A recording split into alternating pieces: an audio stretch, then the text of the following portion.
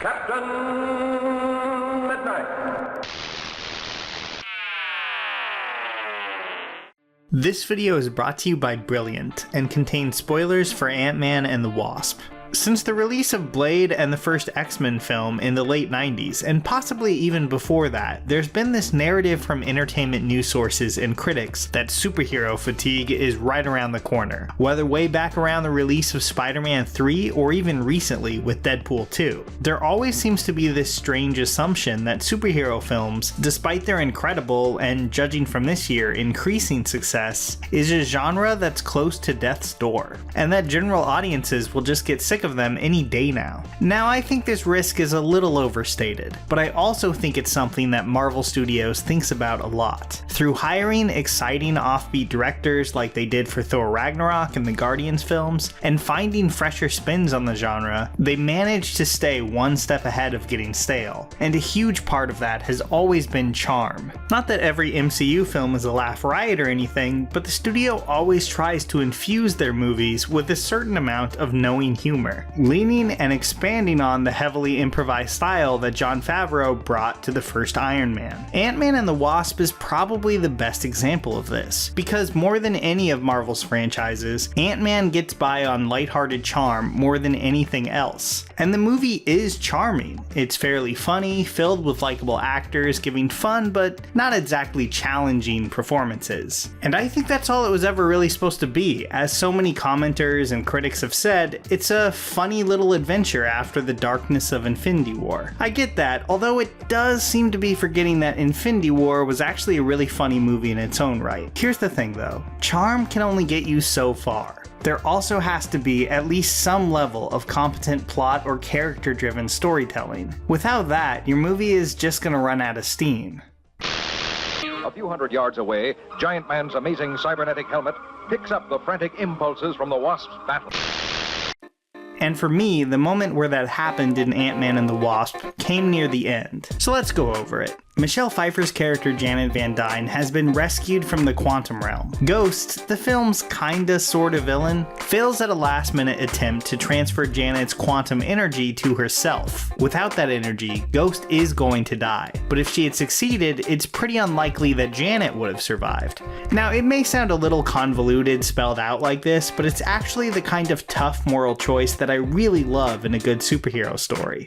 Our heroes could save Janet, Hank's wife and Hope's mother, but by doing so, they're almost definitely dooming Ghost to slowly and painfully phasing out of existence. And this is farther complicated by the fact that Janet has been trapped in the quantum realm for well over a decade. There's no way to know for sure that who Hope and Hank rescue is going to bear much of a resemblance to the woman they knew. Hope even mentions this earlier in the movie, saying she's worried that her mother won't even remember her, which seems pretty reasonable. You stick anyone into complete isolation for like 20 years straight, and chances are they're not gonna come out okay. And then there's the fascinating moral question of if they should even bring her back at all if it means that Ghost dies. There's really a lot of interesting stuff to dig into and unpack in the story that they've set up.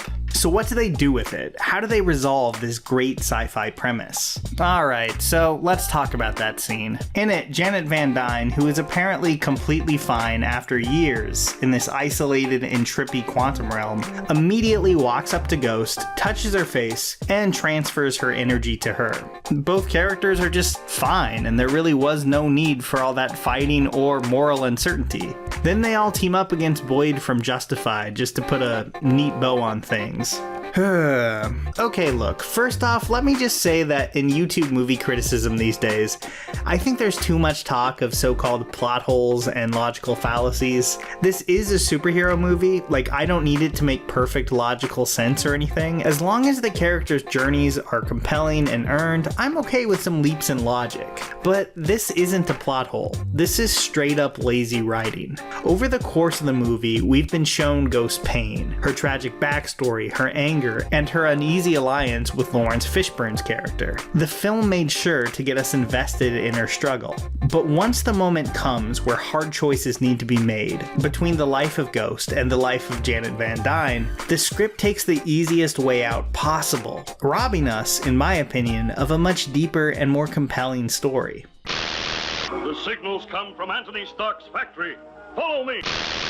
Now, believe me, I know what you might be saying. Taking the story there, where the leads have to choose between the life of Ghost and Hope's mother, would just be too dark. After all, isn't Ant-Man and the Wasp supposed to be a fun and funny movie? And I kinda understand that point, except for a few things. First is that the movie gets much darker than that in the post-credits scene, and second is that no matter how light and fluffy the movie may want to be in tone, at the end of the day it needs to have a satisfying and interesting solution to the conflict that it set up, because what we're left with instead is a cop-out.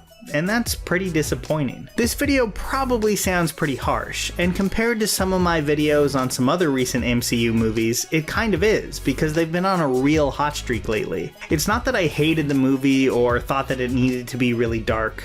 I actually really enjoy the humor and performances in the Ant-Man series. But on some level, I feel like the script set up a conflict that it didn't feel like resolving, and counted on the sheer force of Marvel charm and likable performances to kind of ease past that fact.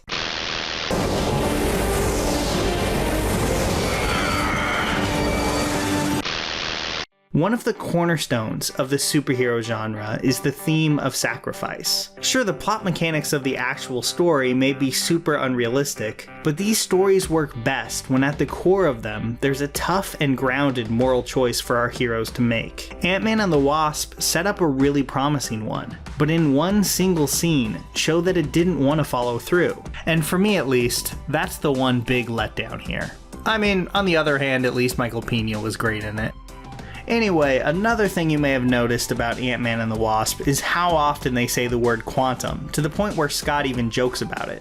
And that left me kind of curious about actual quantum objects, and thankfully there was a pretty great course covering that exact topic on Brilliant, my returning sponsor this week, and a great way to learn a ton about topics like quantum objects and even other less intimidating subjects like number theory, geometry fundamentals, and a lot more. I think there's a drive to keep learning in all of us, and it continues well past high school or even college. But making time for long, stodgy lectures isn't easy. Thankfully, Brilliant is totally different. They give you the toolkit you need to solve these problems, but they never force you to repeat the same ones over and over again.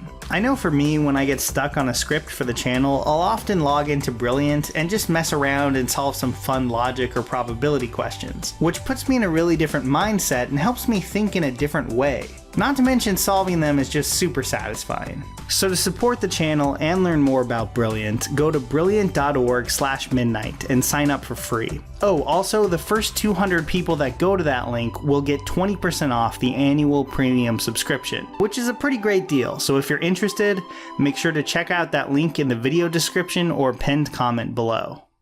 Here's a special tip for the fellas and girls who have not already joined Captain Midnight's new 1940 Flight Patrol. You'd better hurry up and join at once, because there's a big adventure ahead. The thing to do now is to get started, because we're going to have not only barrels of fun, but loads of free gifts and prizes too.